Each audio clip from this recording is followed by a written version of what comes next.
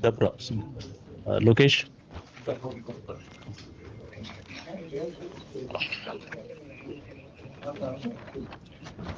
ನಮಸ್ಕಾರ. ಇವತ್ತು ಈ ಪ್ರೆಸ್ ಮೀಟಲ್ಲಿ ಫಸ್ಟ್ ನಾವು ಸಿದ್ದಾಪುರ ಪೊಲೀಸ್ ಸ್ಟೇಷನ್ ವ್ಯಾಪ್ತಿಯಲ್ಲಿ ಸೌತ್ ಡಿವಿಷನ್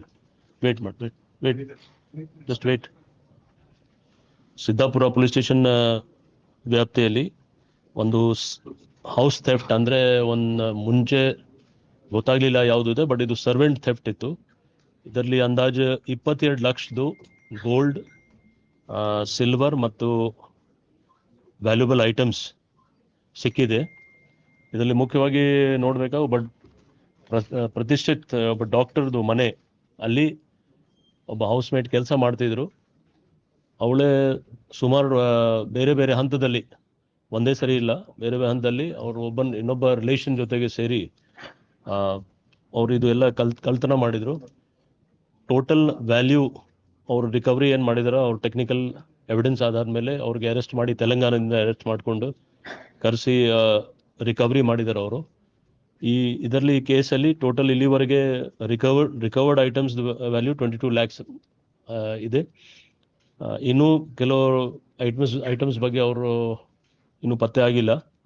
ಬಟ್ ನಮ್ಮ ಸೌತ್ ಡಿವಿಷನ್ DCP ಮತ್ತು ಅವ್ರ ಸ್ಟಾಫ್, ACP, ಇನ್ಸ್ಪೆಕ್ಟರ್ಸ್ ಎಲ್ಲ ಸ್ಟಾಫ್ ಅವರು ಒಳ್ಳೆ ಕೆಲಸ ಮಾಡಿ ಇದೊಂದು ಹೌಸ್ ಥೆಫ್ಟ್ದು ಕೇಸ್ದು ಪ್ರಕರಣ ಪತ್ತೆ ಮಾಡಿದ್ದಾರೆ ಅವರು.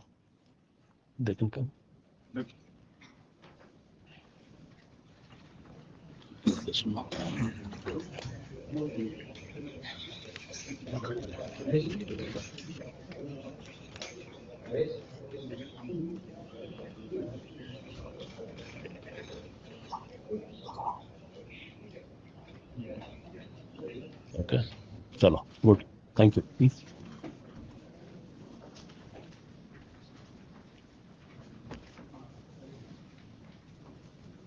ಕೋರಮಂಗಲ ಪೊಲೀಸ್ ಸ್ಟೇಷನ್ ವ್ಯಾಪ್ತಿಯಲ್ಲಿ ಒಂದು ಇನ್ಫಾರ್ಮೇಶನ್ ಇತ್ತು. ಬನ್ನಿ ಬೇಸಿಕ್.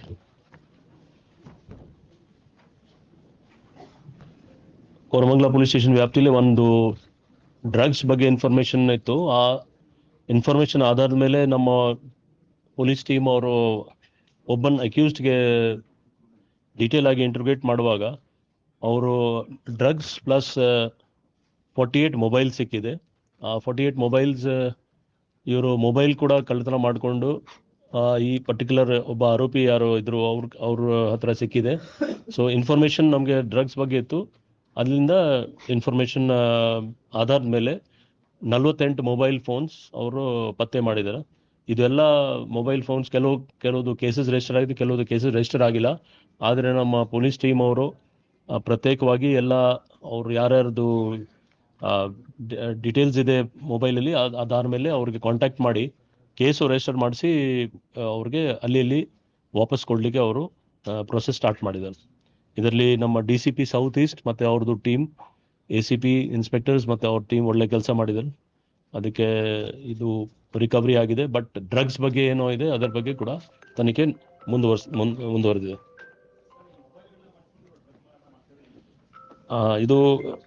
ಇದರ ಬಗ್ಗೆ ನಾವು ಆಲ್ರೆಡಿ ಇದೇ ಆ್ಯಂಗಲ್ ನಾವು ನೋಡ್ತಾ ಇದ್ದೀವಿ. ಯಾಕೆಂದರೆ ಇನ್ಫಾರ್ಮೇಷನ್ ಫಸ್ಟ್ ಡ್ರಗ್ಸ್ ಬಗ್ಗೆ ಇತ್ತು, ಈಗ ಇದು ಆಗಿದೆ. ಸೊ ವೆರಿಫೈ ಮಾಡಬೇಕು. ಮೊಬೈಲ್ ಇಲ್ಲ, ಸ್ನ್ಯಾಚ್ ಮಾಡಿಲ್ಲ. 2 ಟೈಪ್ ಇದೆ. ಕೆಲವು ಮೊಬೈಲ್ಸ್ ಬಗ್ಗೆ ಅವ್ರು ಹೇಳೋದ ಪ್ರಕಾರ ಈ ಟ್ರಕ್ಕಲ್ಲಿ ಅಥವಾ ರೋಡ್ ಪಕ್ಕದಲ್ಲಿ ಯಾರು ಮಲಗಿದರು, ಕಾರಲ್ಲಿ ಎಂಥವ್ರ ಕಡೆಯಿಂದ ತೊಗೊಂಡಿದ್ದಾರೆ. ಬಟ್ ಪ್ರತಿಯೊಂದು ಕೇಸ್ ಟು ಕೇಸ್ ನೋಡಿದರೆ ಗೊತ್ತಾಗುತ್ತೆ. ಯಾಕೆಂದರೆ ಕೆಲವು ಕೇಸೇ ರಿಜಿಸ್ಟರ್ ಆಗಿಲ್ಲ. ಸೊ ಕೇಸ್ದು ಡೀಟೇಲ್ಸ್ ಗೊತ್ತಾದರೆ ಕಂಪ್ಲೇಂಟ್ ಕಡೆಯಿಂದ ನಮ್ಗೆ ಗೊತ್ತಾಗ್ತದೆ, ಇಲ್ಲಿಯವರು ಅಥವಾ ಬೇರೆ ಕಡೆಯಿಂದ. ಬಟ್ ಒಬ್ಬನ ಜನ ಹತ್ರ 48 ಮೊಬೈಲ್ ಸಿಕ್ಕಿದ್ದು ಸ್ವಲ್ಪ ಆಶ್ಚರ್ಯ ಇತ್ತು. ಅದರ ಮೇಲೆ ಅವ್ರು ಒಪ್ಕೊಂಡ್ರು ಎಲ್ಲ ಕಳ್ಳತನದ ಮೊಬೈಲ್ ಇದೆ.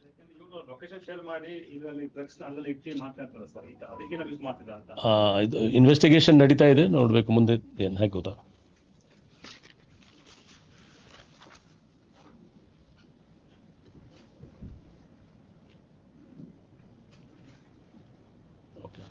ಚಲೋ, ಗುಡ್, ಥ್ಯಾಂಕ್ ಯು.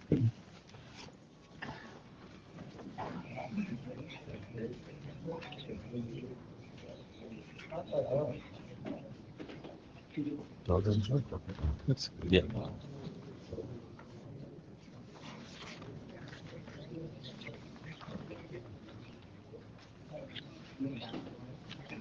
ಇದು DCP electronic city.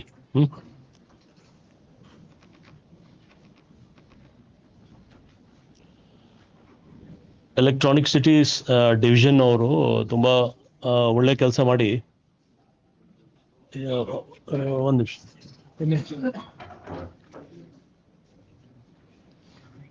Electronic city division ಅವರು ಒಳ್ಳೆ ಕೆಲಸ ಮಾಡಿ ಒಂದು ಅಂದಾಜು 2 kg 150 grams MDMA ಅವರು ರಿಕವರಿ ಮಾಡಿದ್ದಾರೆ. ಅವರು ಇಬ್ಬರು ಫಾರಿನ್ ನ್ಯಾಷನಲ್ಸ್ ಕಡೆಯಿಂದ ಇದು ರಿಕವರಿ ಆಗಿದೆ. ಇದು ಎಲೆಕ್ಟ್ರಾನಿಕ್ ಸಿಟಿ ವ್ಯಾಪ್ತಿಯಲ್ಲಿ ಒಂದು ಕಾಮರ್ಷಿಯಲ್ ಏರಿಯಾದಲ್ಲಿ ನಮ್ಮ ಕ್ರೈಮ್ ಸ್ಟಾಫ್ ಅವ್ರಿಗೆ ಒಂದು ಡೌಟ್ ಬಂದಮೇಲೆ ಅವ್ರಿಗೆ ಫಾಲೋ ಮಾಡಿ ಶ್ಯಾಡೋ ಮಾಡಿ ಇವ್ರಿಗೆ ಅರೆಸ್ಟ್ ಮಾಡಿದ್ದಾರೆ. ಅವರು ಅಲ್ಲಿಂದ ಕೆಲವು ಬೇರೆ ಬೇರೆ ಮಾಹಿತಿದ ಆಧಾರ ಮೇಲೆ ಇನ್ನೊಬ್ಬ ಆರೋಪಿದು ಮನೆ ಮತ್ತು ಬೇರೆ ಬೇರೆ ಕಡೆ ಸೀಸ್ ಮಾಡಿ total 2.150 kg MDMA along with ಅದು ಮೆಜರಿಂಗ್ ಎಕ್ವಿಪ್ಮೆಂಟ್ಸ್ ಇದು ಸಿಕ್ಕಿದೆ. ಇದು ತುಂಬ ಒಂದು ರೀತಿ ಸೀರಿಯಸ್ ಇಶ್ಯೂ ಇದೆ. ಯಾಕೆಂದರೆ ಇಷ್ಟು ದೊಡ್ಡ ಪ್ರಮಾಣದಲ್ಲಿ ಅವರು ಬೇರೆ ಬೇರೆ ಕಡೆ ಇಟ್ಕೊಂಡಿದ್ರು. ಸೊ ಎಲ್ಲಿಂದ ಇವ್ರಿಗೆ ಬರ್ತಿತ್ತು ಅಲ್ಲಿ ಕೂಡ ನಮಗೆ ಕೆಲವು ಮಾಹಿತಿ ಸಿಕ್ಕಿದೆ. ನಮ್ಮ ಟೀಮ್ಸ್ ಅವರು ಅಲ್ಲಿ ಕೂಡ ಆಲ್ರೆಡಿ ಹೋಗಿದ್ದಾರೆ ಅವರು. ಮತ್ತು ಯಾರ್ಯಾರಿಗೆ ಸಪ್ಲೈ ಮಾಡ್ತಾಯಿದ್ರು ಅದನ್ನು ಪಟ್ಟಿ ನಾವು ಮಾಡ್ತಾಯಿದ್ದೀವಿ. ಕೆಲವು ಟೆಕ್ನಿಕಲ್ ಆಧಾರದ ಮೇಲೆ ನಾವು ಕೆಲಸ ಮಾಡ್ತಾಯಿದ್ದೀವಿ. ಸೊ ಡೀಟೇಲ್ಸ್ ಈಗ ಈ ಹಂತದಲ್ಲಿ ನಾವು ಹೇಳಲಿಕ್ಕೆ ಆಗೋದಿಲ್ಲ, ಯಾಕೆಂದರೆ ಸುಮಾರು ಬೇರೆ ಬೇರೆ ಮಾಹಿತಿ ನಮಗೆ ಸಿಕ್ಕಿದೆ. ಬಟ್ ಇದು ಸ್ವಲ್ಪ ಹೆಚ್ಚಿನ ಪ್ರಮಾಣದಲ್ಲಿ ಸಿಕ್ಕಿದೆ. ಅದಕ್ಕೋಸ್ಕರ ನಾವು ಸ್ಪೆಷಲ್ ಟೀಮ್ ಮಾಡಿ ನಮ್ಮ ಎಲೆಕ್ಟ್ರಾನಿಕ್ ಡಿವಿಷನ್ DCP ಮತ್ತು ಜಾಯಿಂಟ್ ಕಮಿಷನರ್ ಈಸ್ಟ್ಗೆ ನಾವು ಜವಾಬ್ದಾರಿ ಕೊಟ್ಟಿದ್ದೀವಿ. ಸೋರ್ಸ್ ಎಲ್ಲಿದೆ, ಕಸ್ಟಮರ್ಸ್ ಯಾರು, ಕ್ಲೈಂಟ್ಸ್ ಯಾರು, ಎಲ್ಲಿಂದ ಬಂತು, ಮತ್ತು ಇದಕ್ಕಿಂತ ಮುಂಚೆ ಅವರು ಮೊದಲೇ ಏನೇನು ಮಾಡಿದ್ದಾರೆ. ಸದ್ಯಕ್ಕೆ ಇದರಲ್ಲಿ ಇಬ್ಬರು ಫಾರಿನ್ ನ್ಯಾಷನಲ್ಸ್ ಅವ್ರಿಗೆ ನಾವು ಅರೆಸ್ಟ್ ಮಾಡಿದ್ದೀವಿ. ಒಂದು ಫಿಮೇಲ್, ಒಂದು ಮೇಲ್. ಆ್ಯಂಡ್ ಇನ್ನೂ ಹಲವಾರು ಬಗ್ಗೆ ನಮಗೆ ಮಾಹಿತಿ ಸಿಕ್ಕಿದೆ.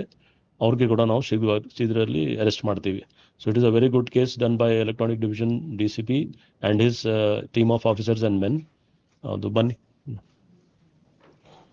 We are announcing a 10,000 rupees award for this team.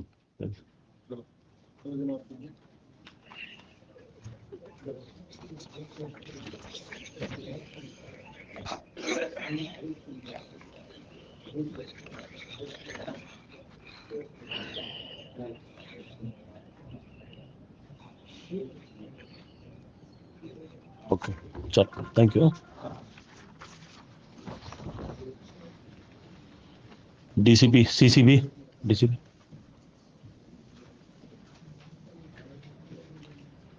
ನಮ್ಮದು ಡ್ರಗ್ಸ್ದು ಕಂಟ್ರೋಲ್ ಇದರಲ್ಲಿ ಇನ್ನೊಂದು ಒಳ್ಳೆ ಕೇಸ್ ಅವಲಹಳ್ಳಿ ಪೊಲೀಸ್ ಸ್ಟೇಷನ್ ಲಿಮಿಟ್ಸಲ್ಲಿ ನಮ್ಮ CCB ಟೀಮ್ ಅವ್ರು ಮಾಡಿದ್ದಾರೆ. ಅವರು ಇದರಲ್ಲಿ 255 grams ಆಫ್ MDMA ಸಿಕ್ಕಿದೆ. ಇದರಲ್ಲಿ ಅಂದಾಜು ವ್ಯಾಲ್ಯೂ 40 lakhs ಇದೆ ಇದರದ್ದು.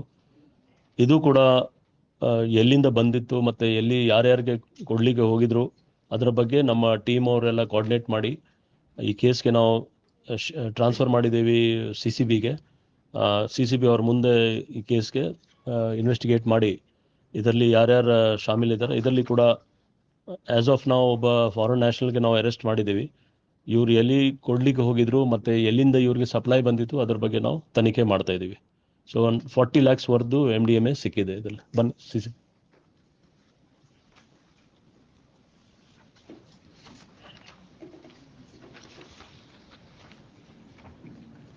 All together. All. Yes, sir.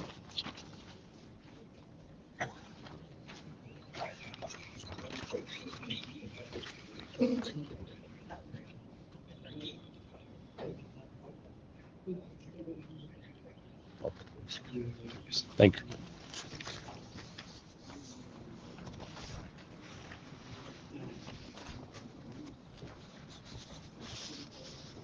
Oh, ಇನ್ನೊಂದು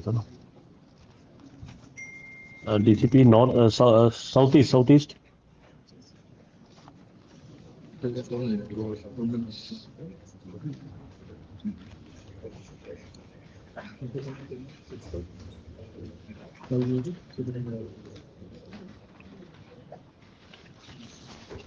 ಇದು ನಮ್ಮ ಇನ್ನೊಂದು ಕೇಸ್. ಇದು ಕೂಡ ಡ್ರಗ್ಸ್ದು ಒಂದು 22 kg ಅಂದಾಜ್ ಗಾಂಜಾ ಸಿಕ್ಕಿದೆ. ಅಂದಾಜು 13,40,000 ವ್ಯಾಲ್ಯೂ ಇದೆ. ಇದು ಕೂಡ ನಮ್ಮ HSR ಪೊಲೀಸ್ ಸ್ಟೇಷನ್ ವ್ಯಾಪ್ತಿಯಲ್ಲಿ ಕೇಸ್ ಪತ್ತೆಯಾಗಿದೆ. ಇದರಲ್ಲಿ ತ್ರಿಪುರ ಸ್ಟೇಟಿಂದ ಒಬ್ಬ ಇಲ್ಲಿ ವ್ಯಕ್ತಿಯವರು ಇದ್ರು, ಅವ್ರ ಕಡೆಯಿಂದ ರಿಕವರಿ ಆಗಿದೆ. ಬಟ್ ಅವ್ರಿಗೆ ಎಲ್ಲಿಂದ ಬಂತು ಅದರ ಬಗ್ಗೆ ಅವರು ವೆರಿಫೈ ಮಾಡ್ತಾ ಇದ್ದಾರೆ. ನಮ್ಮ ಟೀಮ್ ಬಂದು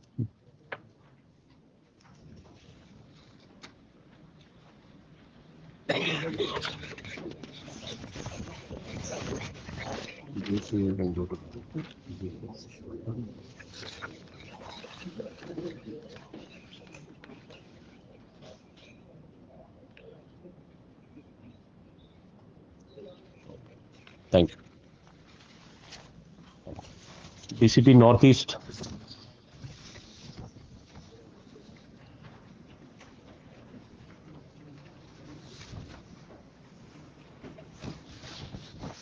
ನಾರ್ತ್ ಈಸ್ಟ್ ಡಿವಿಷನ್ ಅಲ್ಲಿ 2 police station, Sampigehalli police station ಮತ್ತು ಯಲಹಂಕ ಪೊಲೀಸ್ ಸ್ಟೇಷನ್, ಎರಡೂ ಕಡೆ ಡ್ರಗ್ಸ್ 2 ಕೇಸ್ ರಿಜಿಸ್ಟರ್ ನಾವು ಮಾಡಿದ್ದೀವಿ. ಒಂದು ಕೇಸಲ್ಲಿ ಸಂಪಿಗಲ್ಲಿ ಪೊಲೀಸ್ ಸ್ಟೇಷನ್ ವ್ಯಾಪ್ತಿಯಲ್ಲಿ 30 grams ಆಫ್ MDMA ಮತ್ತು ಒಂದು motor cycle worth around 3.4 lakhs. ಇನ್ನೊಂದು ಯಲಹಂಕ ಪೊಲೀಸ್ ಸ್ಟೇಷನ್ ವ್ಯಾಪ್ತಿಯಲ್ಲಿ MDMA of 116 grams worth 15 lakhs. ಅದು ಎರಡು ನಾರ್ತ್ ಈಸ್ಟ್ ಡಿವಿಷನ್ DCP ಮತ್ತು ಅವ್ರದ್ದು ಟೀಮ್ ಅವ್ರು ಮಾಡಿದ್ದಾರೆ. ಒಟ್ಟಿಗೆ ಬಂದ್ಬಿಡಿ, ಸಂಪಿಗೆಲ್ಲಿ ಆ್ಯಂಡ್ ಯಲಹಂಕ.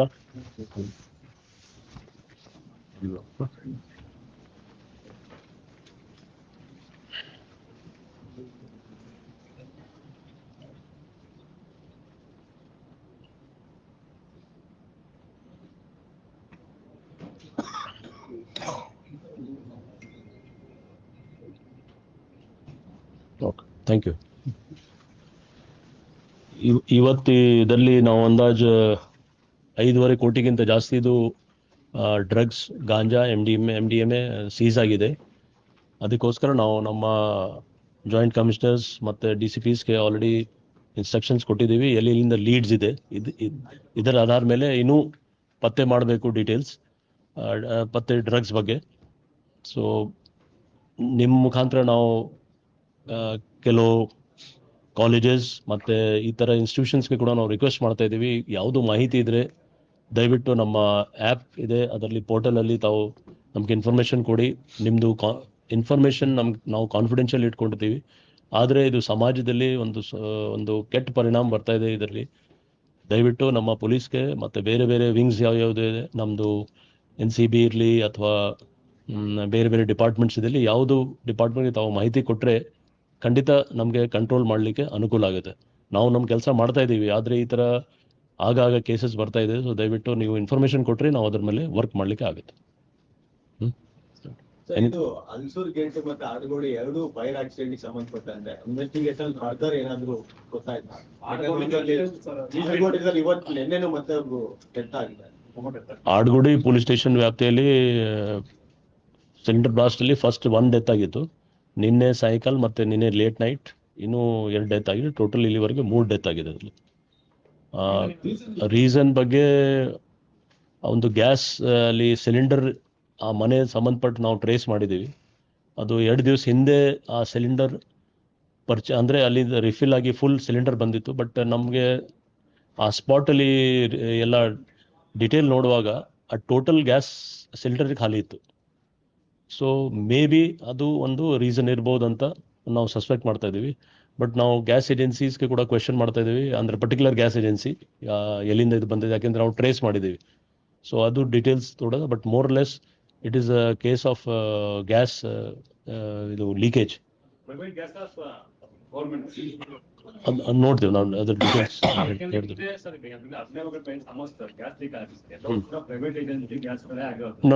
ಅದೇ ನಾ ಹೇಳಿದ್ದೀನಿ. ಅದ್ರ ಬಗ್ಗೆ ನಾವು ಗ್ಯಾಸ್ ಏಜೆನ್ಸಿ ಯಾವುದು ಹೆಸರು ಬಂದಿದೆ ಅದರಲ್ಲಿ ಅವ್ರಿಗೆ ನಾವು ವೆರಿಫೈ ಮಾಡ್ತಾ ಇದ್ದೀವಿ.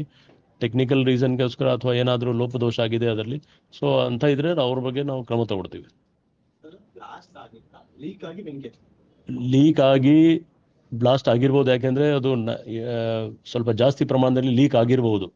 ಯಾಕೆಂದರೆ ಇಂಟೆನ್ಸಿಟಿ ಆಫ್ ಬ್ಲಾಸ್ಟ್ ನೋಡಿದರೆ ಆ ಥರ ಕಾಣ್ತಾ ಇದೆ. ಸಿಲಿಂಡರ್ ಆಗಿದೆ, ಸಿಲಿಂಡರ್ ಆಗಿಲ್ಲ, ಸಿಲಿಂಡರ್ದು ಗ್ಯಾಸ್ ಲೀಕ್ ಆಗಿದೆ, ಟೋಟಲ್ ಗ್ಯಾಸ್ ಲೀಕ್ ಆಗಿದೆ. ಅಂದರೆ 2 ದಿವಸ ಹಿಂದೆನೇ ಅದು ಬಂದಿತ್ತು. ಬಟ್ ಈಗ ಟೋಟಲ್ ಖಾಲಿ ಆಗಿದೆ. ನಗರಪೇಟೆಯಲ್ಲಿ ಮೊನ್ನೆ ಇಲ್ಲಿವರೆಗೆ 5 ಡೆತ್ ಆಗಿದೆ. ಮತ್ತೆ 2 ಜನಗೆ ನಮ್ಮ ಅಲ್ಸೂರ್ ಗೇಟ್ ಅವರು ಅರೆಸ್ಟ್ ಮಾಡಿದ್ರು, 2 ಓನರ್ಸ್ಗೆ. ಅಕ್ಕಪಕ್ಕ 2 ಮನೆ ಇತ್ತು, ಅದು ರಿಲೇಷನ್ಸೇ ಅವರು, ಬಟ್ ಅವರಿಬ್ರಿಗೆ ನಾವು ಅರೆಸ್ಟ್ ಮಾಡಿದ್ದೀವಿ. ಇನ್ನೂ ಆ್ಯಂಡ್ ಅದರ್ಸ್ ಅಂತ ನಾವು FIR ಇದೆ, ಡೀಟೇಲ್ ಇನ್ಕ್ವೈರಿ ಮಾಡ್ತಾ ಇದ್ದೀವಿ. ಬೇರೆ ಯಾರ್ದು ಲೋಪದೋಷ ಇದ್ರೆ ಅದನ್ನು ಆಕ್ಷನ್ ತಗೊಂಡು. ಏನಂತ short circuit.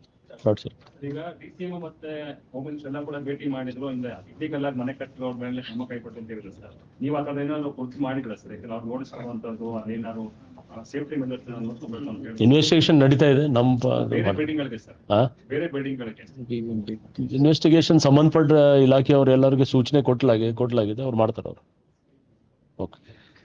Okay thank you. Sir, ಒಂದು ಸ್ಮಾಲ್ ಇಂಗ್ಲಿಷ್ ಯಾವುದ್ರ ಬಗ್ಗೆ? Electronic cities India Electronic City, number 2, namaste. In Electronic City division, the DCP and his team of officers and men, they have seized MDMA worth around 5 crores from 2 foreign nationals. In the initial report, the crime staff had that one person is moving suspiciously in an area, based on which the person was followed and technical evidences were created, and subsequently on his information another person was arrested. So total 2 people have been arrested. The value of the MDMA as of now is around 5 crores. The question is where they got all this from and to whom they were about to supply. Those details are being verified by our team. We have got leads on the people who are supplying it and for whom it was going. So it is a very serious issue. For that, the division DCP has been asked to form a special team so that we get more details on this case. Okay. Sir, Nagarpete In Alsur Gate police station limits, there was a fire accident on the night of 15th August. Subsequently, the fire was brought under control after a long, about more than 12 to 15 hours. Total 5 people were dead there in that incident, have been reported dead. The details of the case investigations are that as of now we have arrested 2 people, the house owners. We are also verifying if any other people are involved in this, because of whose lack of security measures or due to whose negligence this incident has happened. We will further investigate the case. Thank you.